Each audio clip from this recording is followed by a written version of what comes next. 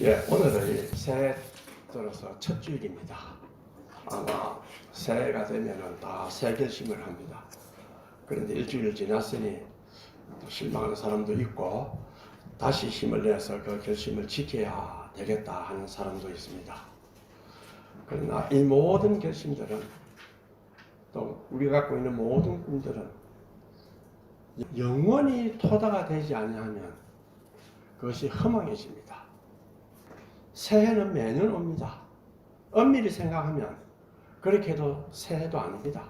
아무리 새해가 와도 그 새해는 유한한 삶을 위한 인도에는 적합한 표현이 될 수 있으나 영혼을 표현하지는 못합니다.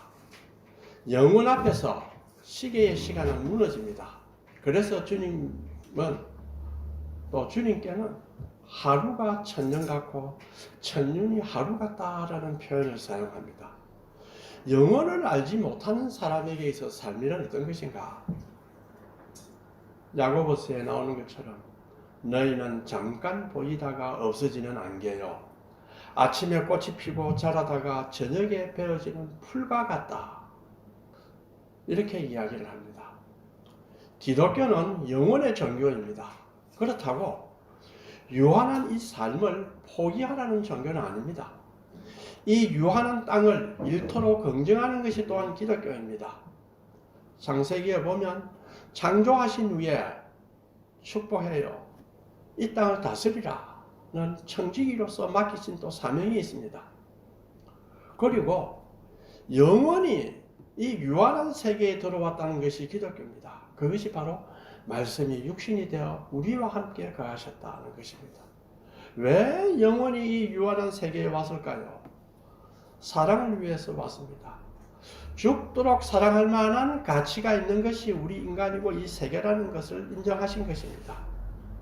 지난주에 제가 시간은 두 종류로 나눠진다고 했습니다. 헬라어로 보면 크로노스, 시계의 시간이라고 부르고 또 카이로스, 의미의 시간이라고 부릅니다. 영혼의 세계는 의미의 세계입니다. 왜냐하면 유한자에게는 영혼을 어떻게 표현하겠습니까? 유한자가 영혼을 표현하는 방식은 의미로밖에 표현할 수 없습니다. 그럼 그렇다면 그 의미는 관념이 아니냐? 영혼의 세계는 관념의 세계가 아니냐? 그렇지 않습니다. 실제의 세계입니다. 그래서 말씀이 육신이 되어서 왔다 이 말은 영혼은 의미의 세계로, 의미로 우리가 이해할 수밖에 없는데 그 참된 의미는 실제하는 것이다 라고 하는 것이 성경이 가르쳐주는 것입니다.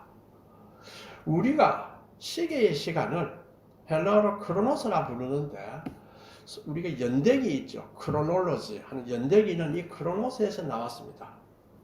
우리는 이 시계의 시간에 매여서 유한한 삶을 살고 있습니다. 그러나 하나님의 형상을 닮았기 때문에 우리에게는 영혼을 사모하는 마음이 있습니다. 비록 타락을 통해서 왜곡되었지만 성령님은 우리를 회복시켜 영혼을 사모하게 하십니다. 이 영혼을 사모하는 마음이 이 땅에서 표현되는 것이 바로 오늘 우리가 함께 생각할 기다림입니다. 우리의 신앙은 기다림의 신앙입니다. 히브리서 11장에 나오는 믿음의 선배 성도님들은 약속을 신뢰하고 기다렸습니다. 오늘 우리도 마찬가지입니다. 우리가 하나님께 간절한 마음으로 기도를 드리죠. 어렵고 힘든 일이 많죠. 아픈 마음이 있습니다. 그 기도 가운데 믿음으로 응답도 받습니다. 그러나 그 응답은 궁극적으로는 약속입니다. 약속이 이루어질 때까지 우리는 그 약속을 믿고 기다려야 합니다. 이런 의미에서 신앙은 기다림이라고까지 할 수 있습니다. 그러나 기다림은 결코 쉬운 일이 아닙니다. 힘들고 고통스러운 일입니다. 자, 우리 교인들 중에서 기다리고 하는 분이 있지 않습니까? 힘들고 고통스럽지. 조급함과 싸워 이겨야 하고 불안감과 싸워 이겨야 하기 때문입니다. 그러므로 많은 사람은 그 기다림을 견디지 못합니다. 기다림을 싫어하고 심지어 피하고 또 다른 곳에 몰두합니다. 그 중독도 생기고 세상에 몰두해서 자기를 잃어버리려고 합니다. 왜냐하면 기다림이 싫거든요. 그러나 성경은 기다려라. 하나님의 약속의 신실하심을 믿고 기다리라고 말합니다. 사무엘상 13장을 보면 사울이 하나님께 버림받게 되는 결정적인 실책이 하나 나옵니다. 대단한 군사력을 가지고 블레셋이 이스라엘을 공격해왔고 이스라엘 백성은 두려워 떨었습니다. 사울은 선지자 사무엘을 찾았죠. 사무엘이 길갈로 가서 일주일을 기다려라 이렇게 말했습니다. 사울은 명대로 백성들과 함께 길갈로 가서 기다렸습니다. 그러나 7일이 되는 마지막까지 기다리지 못하고 자기가 번제를 드리고 말았습니다. 안타깝게도 번제를 다 드리자 사무엘이 도착했습니다. 사무엘이 왜 끝까지 기다리지 못했느냐고 추궁했습니다. 사울이 두 가지 이유를 댔지요. 백성들이 다 흩어졌기 때문입니다. 곧 블레셋들이 쳐들어올 것 같았기 때문입니다. 번제는 도구가 아닙니다. 내가 번제를 드리면 탁 내려오고 그것이 도구가 아닙니다. 번제는 하나님과의 관계를 표현하는 크나큰 사건입니다. 사울의 믿음이 그렇게 약했다는 겁니다. 하나님이 주신 계시와 하나님이 주신 은혜를 전부 다 자신을 위한 도구로서만 생각했습니다. 단순히 변제 하나 들었다는 것이 아닙니다. 믿음이 도구적 믿음으로 주님은 자신을 다 드렸기 때문에 목적적인 믿음을 가져야 되는데 도구적 믿음으로 있었기 때문에 사울이 실패한 것입니다. 사울이 그렇게 했던 것은 믿음도 있지만 또 조급함과 불안감 때문에 기다림에 실패했던 것입니다. 조금만 더 기다렸으면 되었을 텐데. 그렇죠. 우리 신앙생활에도 많이 보이죠. 좀 더 기다렸으면. 기독교 신앙의 본질 중 하나는 기다림입니다. 혹은 기다림이라는 것이 바로 신앙의 전제 조건이라고 생각하는 분도 있습니다. 왜냐하면 기다리지 않는 사람에게는 신앙은 없습니다. 신앙에서의 기다림은 약속에 대한 신뢰이기 때문입니다. 히브리서 11장을 봅시다. 믿음의 선진들은 약속을 기다리고 현실을 인내하는 사람들입니다. 그 기다림은 역사의 종말까지 향하고 있었습니다. 스케일이 큽니다. 이때 기다림은 소망으로 표현할 수도 있습니다. 그러나 소망이란 표현은 과정을 건너뛴 좀 목표지향적인 성격을 좀 띠고 있습니다. 그러나 소망이 없으면 기다림이 없습니다. 기다림이란 바로 이 소망을 향한 과정입니다. 이 과정이 바로 기다림을 우리의 신앙의 본질 중에 하나로 만들어줍니다. 기다림은 소망처럼 종말의 나타나심을 기다리는 것으로도 이해할 수 있고 일상적인 것을 포함하는 과정을 또한 강조할 수도 있습니다. 그래서 기다림에 대한 깊은 이해는 우리의 신앙이 무엇인가를 깨닫게 해주고 또 주님께 더 잘 순종하게 만들어줍니다. 성경은 이를 잘 보여줍니다. 오늘은 제가 성경에 나오는 세 가지 기다리는 신앙의 태도를 살펴보고 그것을 우리에게 한번 적용해보고 마칠까 합니다. 첫째는 하박국 선지자의 기다림입니다. 하박국 선지자는 구약 성경의 선지서 중 하나인 하박국서를 기록했습니다. 그 활동 시기는 7세기입니다. BC 7세기입니다. 이 시기는 유다 왕국이 아수르의 지배를 받던 시기와 이후 바벨론의 지배를 받게 되는 시기였습니다. 하박국은 하나님께서 이스라엘을 징벌하지 않으시고 오히려 제약이 더 큰 바빌론을 통해서 이스라엘을 심판하느냐 여기에 대해서 매우 의문스러웠습니다. 왜 이스라엘을 그냥 징벌하시지 왜 바벨론을 들어서 심판하십니까?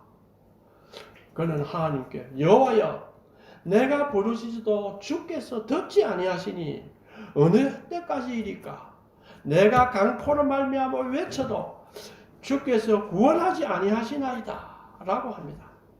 하나님께서는 하박국의 질문에 대해 바벨론은 하나님의 심판의 도구이며 이스라엘의 죄악에 대한 하나님의 심판은 결국 의인을 구원하고 악인을 심판하는 하나님의 공의로운 통치를 이루기 위한 것임을 말씀하십니다. 하박국은 하나님의 말씀을 듣고 하나님을 신뢰하고 순종할 것을 결심합니다. 그는 하나님께서 의인을 구원하시고 악인을 심판하실 것이라는 믿음을 가지고 바빌론의 침략에 맞서 이스라엘 백성을 격려합니다. 즉 하나님은 공의로운 분으로 죄악을 심판하신다. 의인은 하나님을 신뢰하고 순종할 때 구원을 받는다. 이러한 하박국의 예언은 이스라엘만 중요한 것이 아니라 모든 시대의 사람에게도 중요한 메시지를 전달합니다.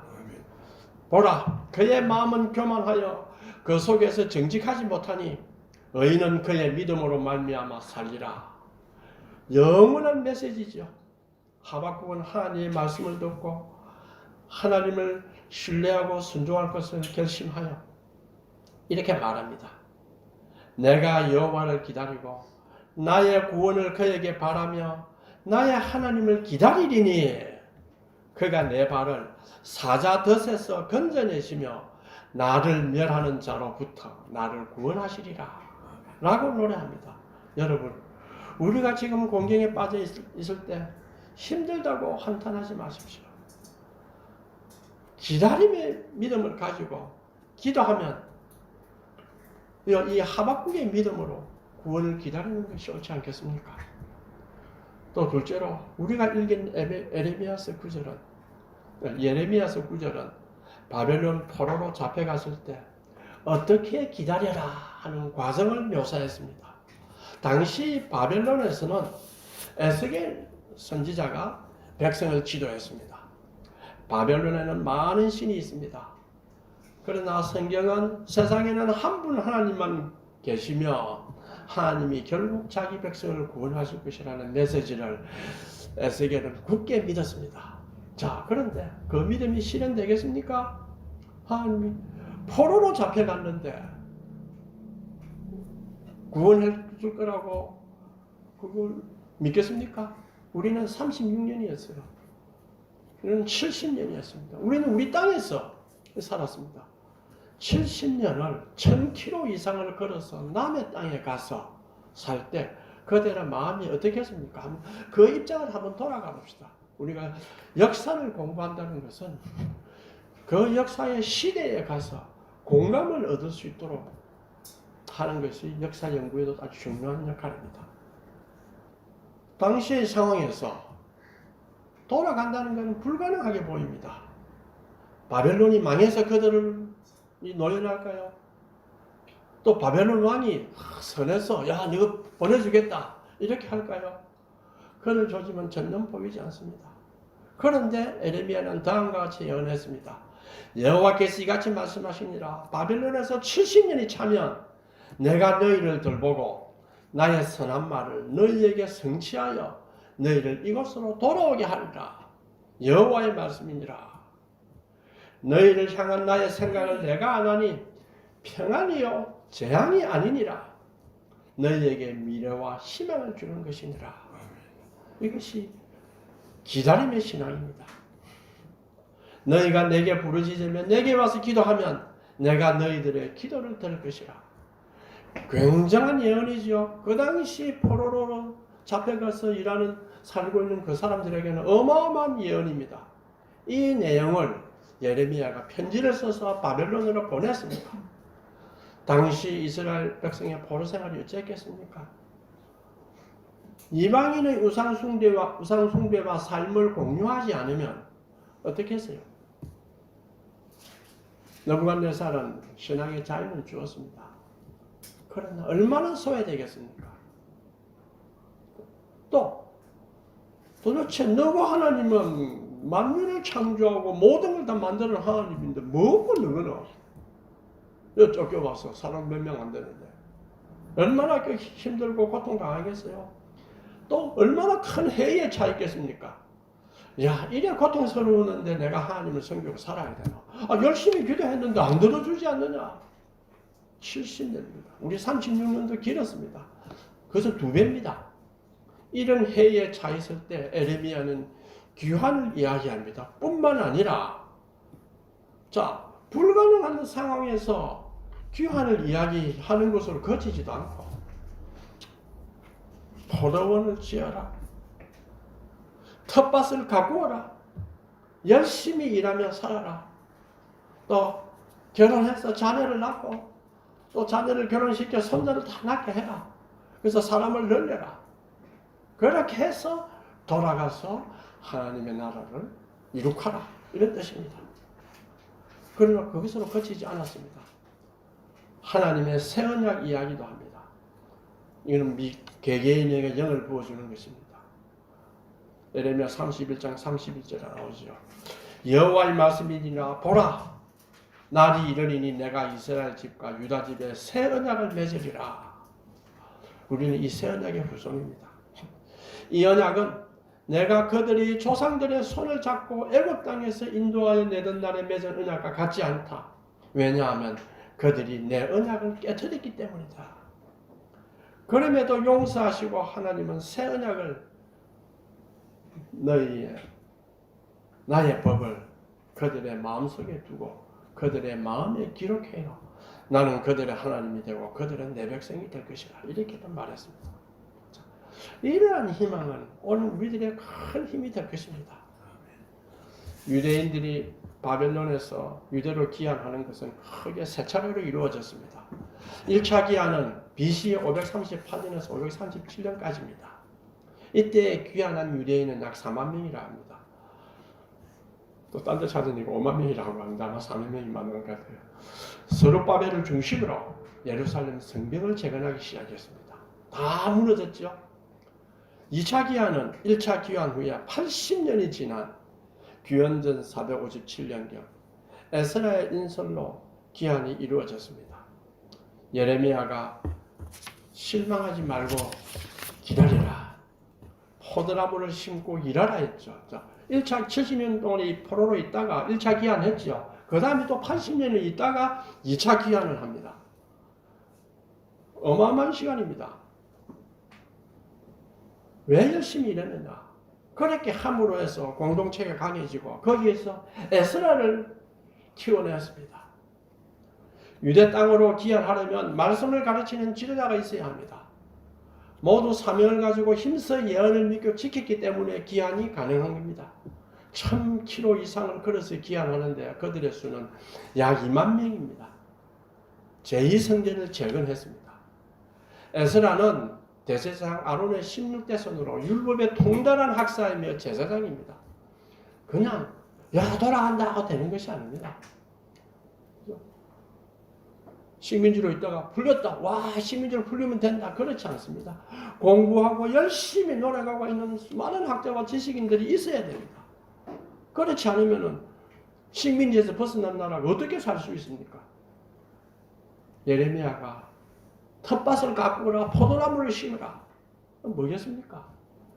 나라를 일으킬 수 있는 학자를 길러라. 그래서 에스라가 나왔고 뒤에 느헤미야가 나왔습니다. 느헤미야는 3차의 기원합니다. 약 444년에 BC 약 1만 명 정도가 갑니다. 그래서 예루살렘도 재건하고 제2성전을 확충했습니다. 성벽을 느헤미야는 총독으로 갔지만 보수도 받지 않고 다 불타버린 예루살렘 성벽을 52일 만에 완공했습니다. 느헤미야는 아닥사스 왕 밑에 술 맡은 관원이었습니다. 높은 자리에 올라갔습니다. 그렇죠. 식민지 땅에서 그냥 독립운동한다 이런 것이 아니고 거기서 공부해서 최고의 자리에 갔습니다. 그러고 난 뒤에 그 실력으로 유대 땅에 돌아가서 유대를 재건했습니다. 자, 다 불타버린 예루살렘 성경을 총독이 왔으니까 세금을 걷어가지고 자기 당신을 안 하겠느냐고 생각했죠. 느헤미야는 한 푼도 안 받았습니다. 안 받고 독려해가지고 52일 만에 예루살렘 성벽을 완공했습니다. 어마어마하게 빠른 그렇게 힘든 일입니다. 모두가 열심히 단결해서 하지 않으면 안 되는 일입니다. 이 소식을 들은 대적과 이방 사람들의 마음이 어땠을까요? 그들은 진실로 두려워하고 낙담했습니다. 모든 역사를 하나님이 이루셨다는 것을 그들도 크게 느꼈을 거기 때문입니다. 유대인이 바벨론에서의 유대를 기한했다 하는 것은 유대 역사에 있어서 매우 중요한 사건이면서 동시에 우리 기독교에 있어서도 엄청나게 중요한 사건입니다. 이 사건은 유대 민족이 바벨론 포로 시대의 고난을 딛고 다시 예루살렘으로 돌아와 유대 민족의 정체성과 종교적 신앙을 재건하는 데 중요한 역할을 했습니다.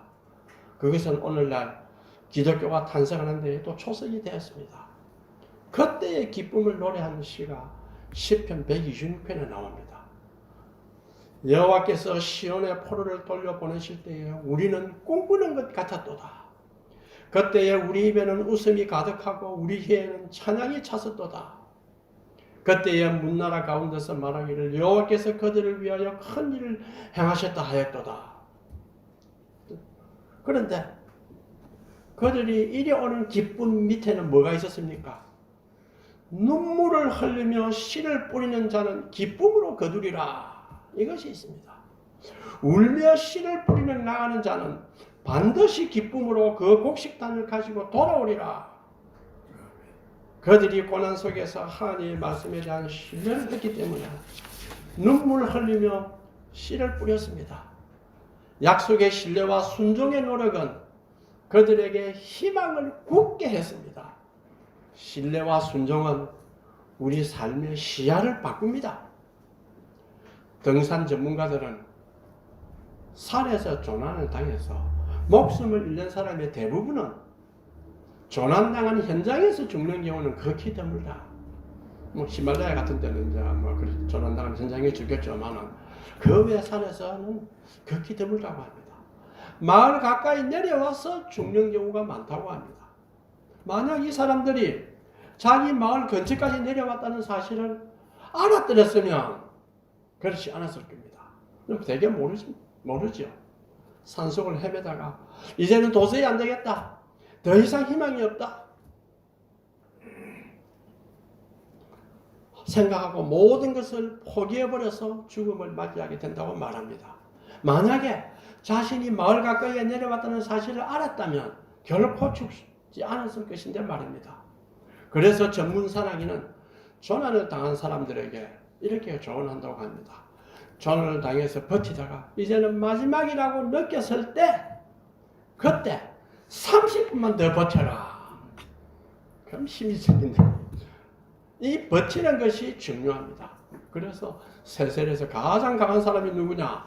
잘 버티는 사람입니다. 승리하는 사람도 결국은 마지막까지 버티는 사람입니다. 우리에게는 주님이 계심을 믿고 버텨야 합니다. 하박국은 2장 3절에서 이 묵시는 정한 때가 있나니 그 종말이 속히 이르겠고 결코 거짓되지 아니하리라. 비록 더딜지라도 기다리라. 지체되지 않고 반드시 응하리라. 하나님의 말씀은 더딜지라도 기다리라는 것입니다. 하나님의 약속이 반드시 이루어질 것이니 비록 시간이 걸릴지라도 이 약속을 붙잡고 기다리라는 말씀입니다. 자, 이 기다리면은 실체가 있어야 합니다. 제가 고도를 기다리며 그걸 갖다가 이번에 이제 좀 비교를 해보려고 책을 도서관에서 빌려서 다 읽었어요. 너무 많아서 할 수는 없습니다. 고도를 기다리면서 기다리면 그 실체가 없어요. 우리 기독교에서 하나님을 기다리라 할 때 그 하나님은 실체가 있습니다. 성경의 기다림은 구원과 희망의 상징인 하나님이신데 그분은 실제하십니다. 게다가 멀리 있고 듣기만 하고 막연히 우리로서는 기다릴 수밖에 없는 그런 존재가 아닙니다.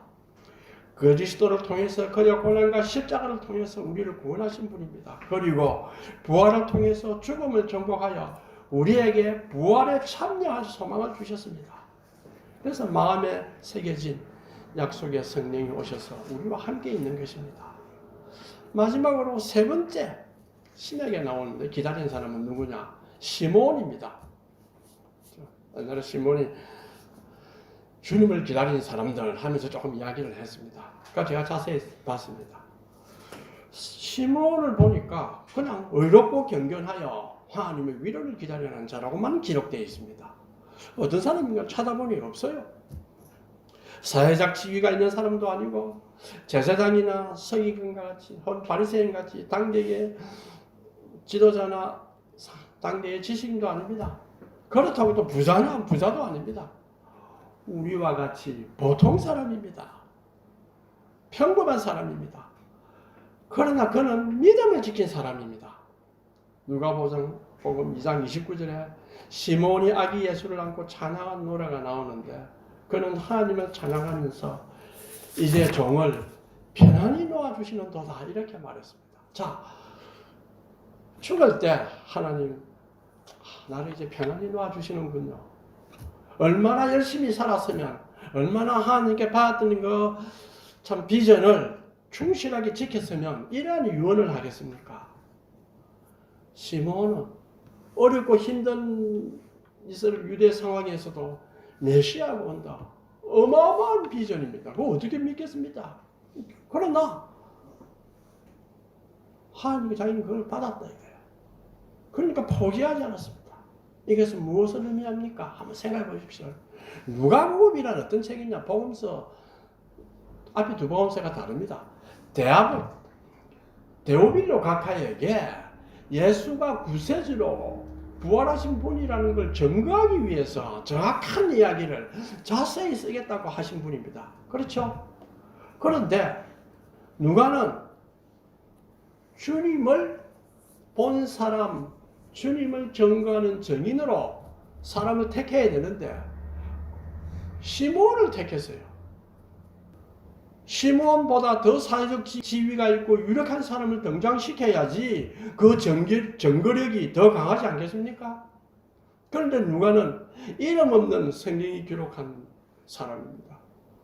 이런 사람을 등장시켰습니다. 그러면 시몬이 이 위대한 사건을 보았다는 증거로 성경이 기록한 것은 무엇을 의미하겠습니까? 이제 이 종을 평안히 놓아주시는다고 말하는 것은 하나님이 주신 크나큰 비전에 대한 그의 충실했던 삶을 한마디로 표현한 것입니다. 신앙을 가진 사람은 죽을 때 이런 말을 할 수 있는 삶을 살아야 한다는 것을 우리에게 가르쳐 주지 않겠습니까? 우리도 또 죽을 때에 이런 말을 할 수 있는 삶을 살았다고 유언할 수 있다면 얼마나 좋겠습니까? 그렇죠? 아무나 여호수아나 요한이나 바울과 베드로와 같은 일을 할 수가 없습니다. 그러나 누구나 자신의 삶을 주님이 주신 비전과 꿈을 갖고 믿음으로 살 수는 있습니다. 시몬의 위대성은 보통 사람이 자신의 개인적 평안과 행복을 위한 삶이 아니라 하나님의 백성의 삶을 걱정하고 그것을 위해서 혼신의 힘으로 살았다는 것에 있습니다. 그 믿음이 그를 행복하게 만들었어요. 억지로 했겠습니까? 믿음이 나를 행복하게 한다. 신기하죠? 우리의 시야가 달라지면 행복의 기준이 달라집니다. 이 사람이 뭐라 했습니까? 아무도 보지 못하는데 내 눈이 주의 구원을 보았으니 이는 만민 앞에 예비한 것이요 이방인을 비추는 빛이요 주의 백성 이스라엘의 영광이요. 얼마나 행복했겠습니까? 예수를 기다린다는 것은 그들의 비전과 소망을 하나님의 뜻에 맞추려 하고 믿음과 그것의 실현에 대한 기다림입니다. 우리 역시 이러한 비전 속에서 살아야 하지 않겠습니까? 이 시몬은 오직 그 시대에만 있어야 한다는 법은 없습니다. 우리 모두가 뒤따라가야 하지 않겠습니까?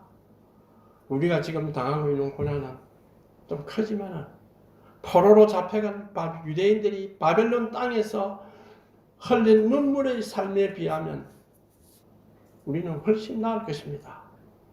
그러나 그들이 포도나무를 심고 열심히 살았던 것처럼 우리도 이제 이 새해를 맞이해서 한 걸음씩 한 걸음씩 나아갑시다. 이것이 하박국이 보여주는 기다리는 신앙입니다. 시몬의 기다리는 신앙이 아니겠습니까? 겸손히 내가 누군가? 라는 자신에 대해서 질문하고 알아가며 배우고 기다리는 신앙이 새해의 우리 비전이 되었으면 합니다. 우리 통성으로 기도하겠습니다.